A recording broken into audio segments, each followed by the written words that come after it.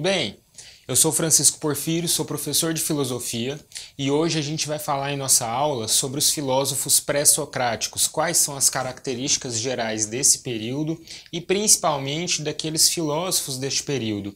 É um período ali que é muito bem explorado nas questões de filosofia do Enem, então a gente tem que saber ali algumas coisinhas, não precisa saber tudo sobre o período, mas saber um pouco principal do período e um pouco dos filósofos mais importantes para esse período também. Bem, no período pré-socrático, os filósofos eles estavam principalmente preocupados com o entendimento acerca da natureza. Veja bem, as explicações acerca da origem do universo, do mundo, eram dadas principalmente pelas chamadas cosmogonias, né?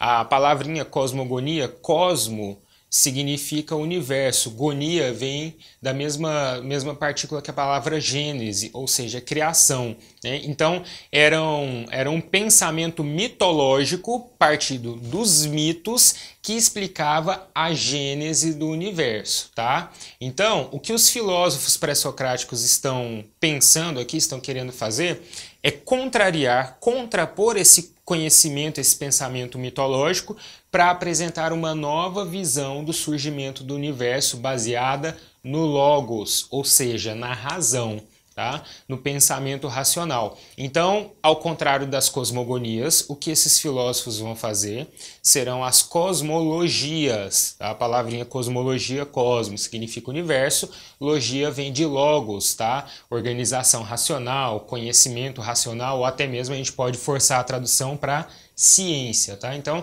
eles estavam querendo fazer ali uma proposição de ideias racionais para o surgimento do universo, contrariando aquela questão lá mitológica, né?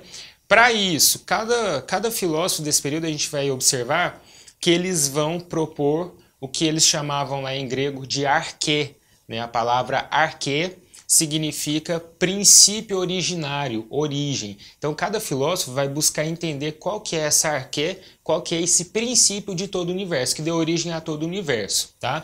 Eles faziam isso com base nas observações, principalmente observações da natureza. Uma palavra que aparece muito também lá no vocabulário desses filósofos é a physis, né? Physis, em grego, significa natureza. Então, eles estavam observando a natureza para tentar determinar qual que era o princípio, né, ou o arquê de todo o universo.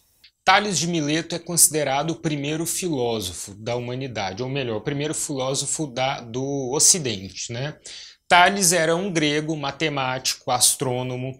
Ele é conhecido também na matemática pela primeira formulação do Teorema de Tales, né?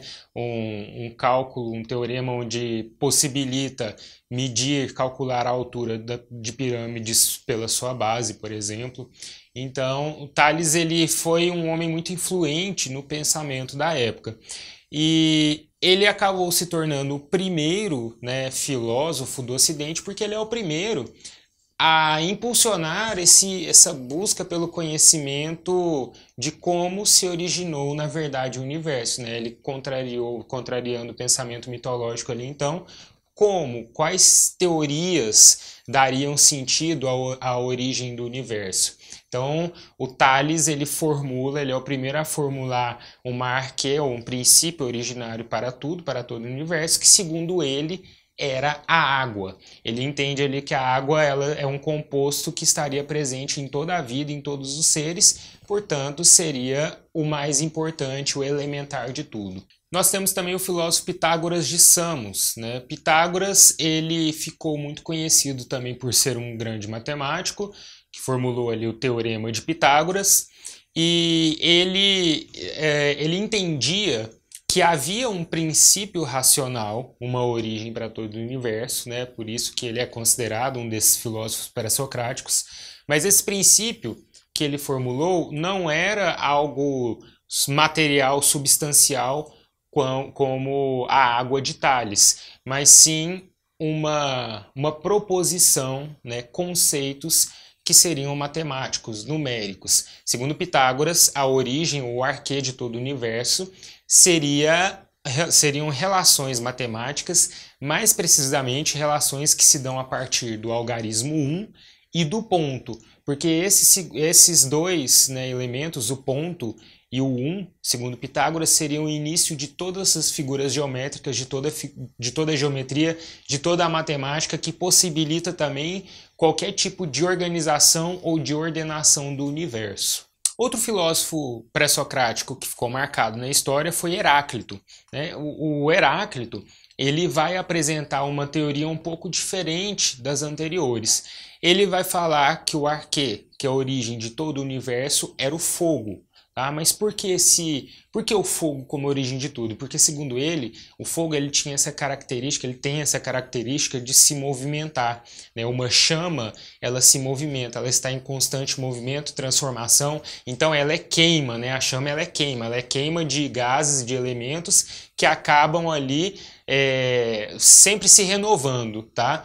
Então, a chama, ela carregaria consigo essa característica da natureza, que é estar sempre se renovando, sempre mudando. Por isso que Heráclito, a essência da natureza, segundo Heráclito, seria a transformação. Por isso que ele vai dizer lá que é impossível que se entre duas vezes no mesmo rio.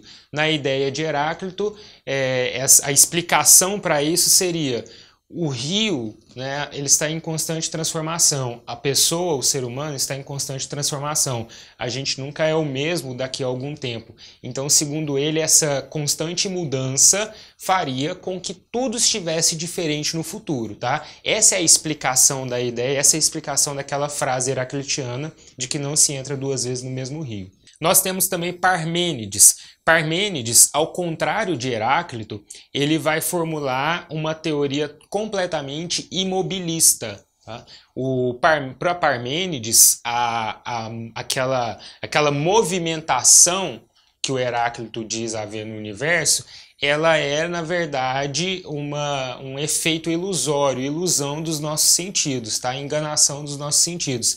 Então, o universo, ele é e sempre foi da maneira que é, tá? Nesse sentido, não houve um princípio, não houve uma criação, não houve um início de tudo, mas as coisas sempre foram daquele jeito. Por isso que Parmênides, ao contrário dos outros filósofos, ele não vai apresentar um arqué, né, um princípio para tudo. Ele vai deixar ali essa questão aberta, porque para ele tudo sempre foi daquela maneira, nunca vai mudar, nunca mudou. Por último, nós vamos falar sobre o Demócrito de Abdera, tá? Um dos últimos filósofos pré-socráticos que existiu. O Demócrito, ele foi discípulo de um outro filósofo chamado Leucipo, né? A principal teoria de Demócrito é, na verdade, iniciada por Leucipo, a teoria atomista, né, a teoria dos átomos, mas ela é melhor desenvolvida ali por Demócrito, e ele dizia que o arqué, o princípio de tudo, seriam os átomos. A palavra átomo vem do grego e significa indivisível, ou não mais divisível, né? Seria a menor partícula possível, uma teoria filosófica antiga que foi adotada pela química moderna, né? Hoje nós temos químicos que estudam os átomos, a estrutura dos átomos, do que eles chamam de átomos, né? E inclusive eles conseguiram avanços muito mais precisos, para falar com muito mais precisão desses átomos, do que os filósofos há 2.400 anos atrás.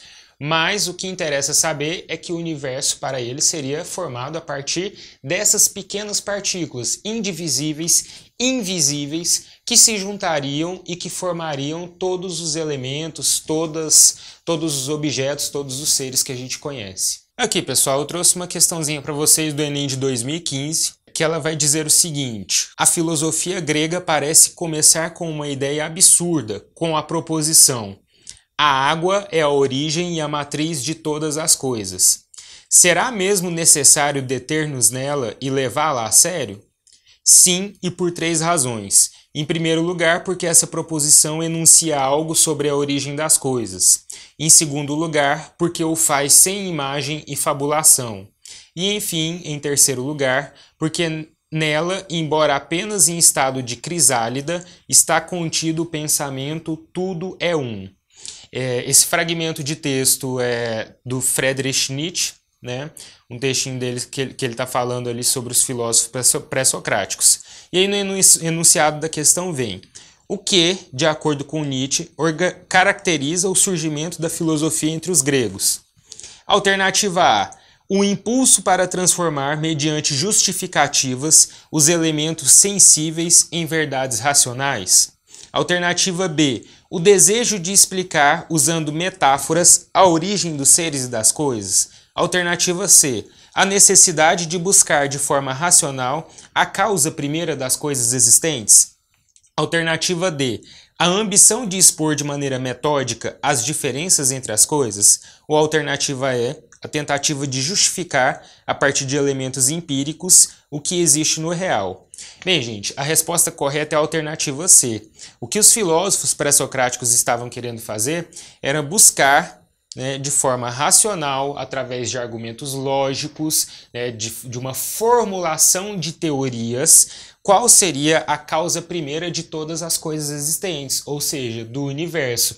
Então, eles não estavam buscando transformar elementos sensíveis em verdades racionais, eles não queriam explicar usando metáforas a origem dos seres e das coisas, porque quem explicava usando metáforas já era mitologia, né? Os filósofos estão fugindo disso. Eles não tinham a ambição de expor as diferenças entre as coisas, tá? Cada filósofo vai ter sua teoria diferente, mas cada um é cada um, tá? E, por último, eles não estavam tentando justificar o que existe na realidade a partir de elementos empíricos. Isso daí é um assunto que vai ficar para muito mais tarde na história da filosofia. Então, lembrando aqui, a questão correta é a alternativa C. Pessoal, por hoje é só. Espero que vocês tenham gostado da nossa videoaula, tá? Deixa o seu like aqui, compartilha a nossa aula, se inscreva no nosso canal. Qualquer dúvida que tiver, é só acessar o link que está aqui na descrição do vídeo. E até a próxima.